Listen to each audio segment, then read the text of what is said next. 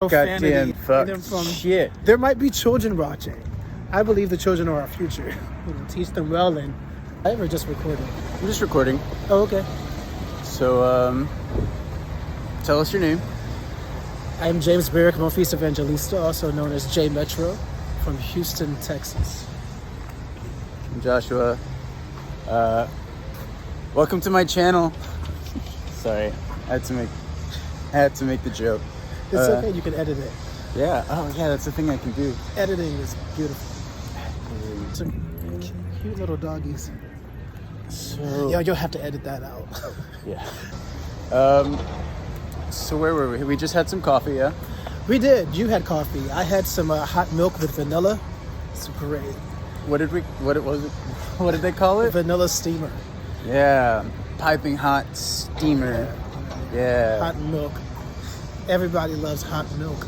How do you feel you have approached your authentic self? For me, the biggest thing was when I actually forced myself to come out. I used to hold a lot of things and hide a lot of things from different people.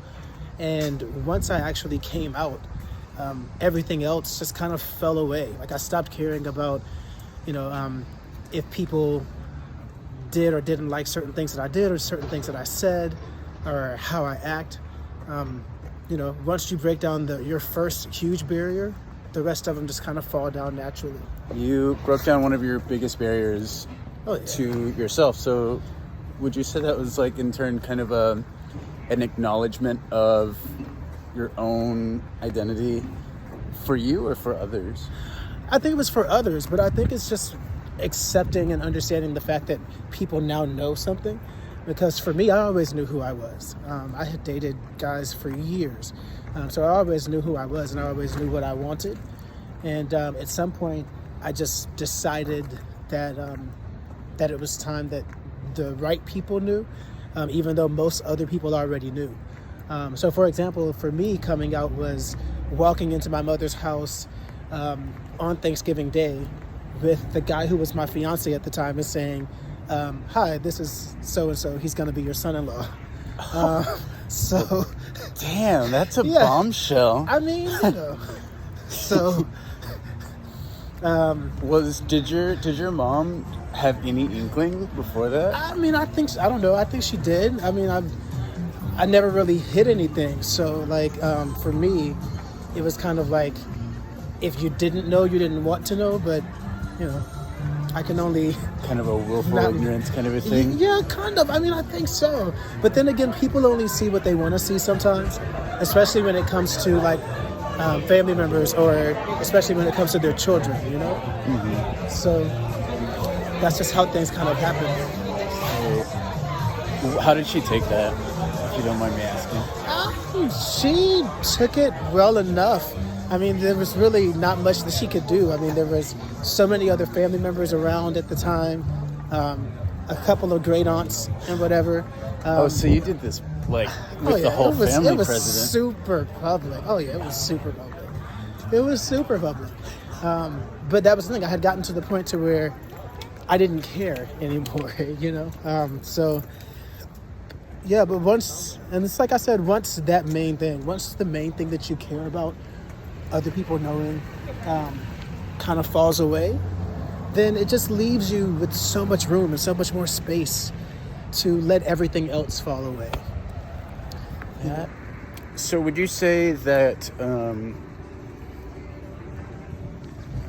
fulfilling that authentic self kind of just comes along with allowing yourself to be yourself? Definitely. I mean, and it's so very important to do. I mean, it's changed everything. It's changed the music that I write. It's changed the clothes that I'm willing to wear. It's changed how I am when I'm performing live on stage with my bands. And it's changed how I interact with people that I knew from high school. It's changed how vocal I'm willing to be about politics and science and religion. Once you get to the point to where you realize that you can do things and say things and just be yourself, and ultimately no one will give a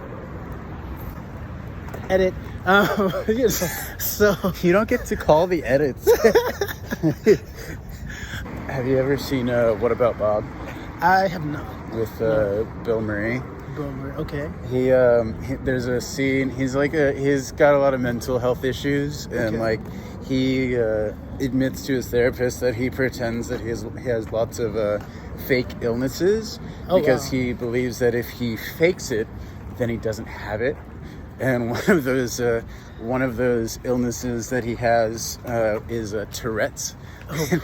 And he says, "Yeah, I have Tourette's," and then just yells at his therapist, "Shit-eating son of a bitch, I like that. bastard, That sounds great. douchebag." It was pretty fun. Bill Murray is amazing. He was the one that was in that movie Groundhog Day, right? You saw that one? Yeah. So Groundhog Day, one of the one of the things I loved the most. It was really a movie about finding yourself, and the steps that you go through on the way to that.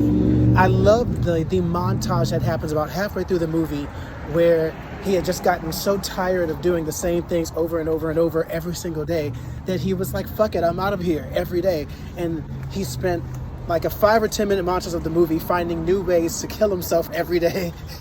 And was mad that he was waking up the next day. You remember this? Oh man, no, I think I saw it like maybe when it came out, or like I knew Right. I know I definitely saw it on VHS. So I He did had not. just gotten so done with like with the routine of waking up every day and having to do the same thing over and over and over and over, and not being true to who he was. But once he came out on the other side of that, once he stopped trying to kill himself, he started finding things that he loved and things that he was actually interested in, and things that actually added to and contributed to his life and gave him life, you know, as the kids would say in the neighborhood where we just walked through. And then he's began the journey for the rest of the movie of finding his authentic self. Maybe not for the right reasons, because he was trying to, you know, win over the affections of his co-anchor, the female lead, famous actress. I can't think of her name right now. But ultimately, at the end of the movie, he stopped reliving the day when he finally became the person that he should have been if he had been living his life open and as his authentic self all along from the beginning. Do you ever think that we like hold ourselves in that kind of a loop where we're just doing the same thing over and over and every day? Absolutely. I think have you ever everybody been in does. that kind of a Oh my of a loop? God. Oh yeah, a few times. How have you? What was the turning point to get you out of it? At some point, you just realize that you're not happy doing what you're doing, and you just want to do something else. But it's not just about wanting to do something else. You have to actually take actions and steps to move towards something else. Until you do that, nothing ever changes. Baby steps. Baby steps. It's so important to be okay with change and just have different goals and different things you want to do and different dreams, and actually take actions and steps towards getting those things done and moving in that direction. I think is super important, and it helps us grow as people. Well, I'm gonna be hit by a door. Well, thank you for Of course. having this walk with me. It was a good talk. Absolutely. Thanks for You're my talking number with one. me. I'm the number one. The first. The original. Do you want to It's say? Drag Race, and I'm Bibi Zahara Benet. Like, I'm... All right. All right. Do you want to give us your tag before we go? Absolutely. Thank you guys for checking out my friend Joshua's very first video on his channel. I am James Barrick, Monfils Evangelista, signing off. Good evening, good morning, and good night, all you bad hand job giving hookers. Love ya. Such a bad and terrible influence. I'm just gonna open up the video with cursing. There you go. Just like string them all together like a drunken sailor. I think that's totally the way that you should do it. I love her. She's Yeah, so I'm cool. pussy bitch. She's so That's cool. going in the video too. Is it? Pussy Okay. bitch. Yeah. Cool, for sure. Uh,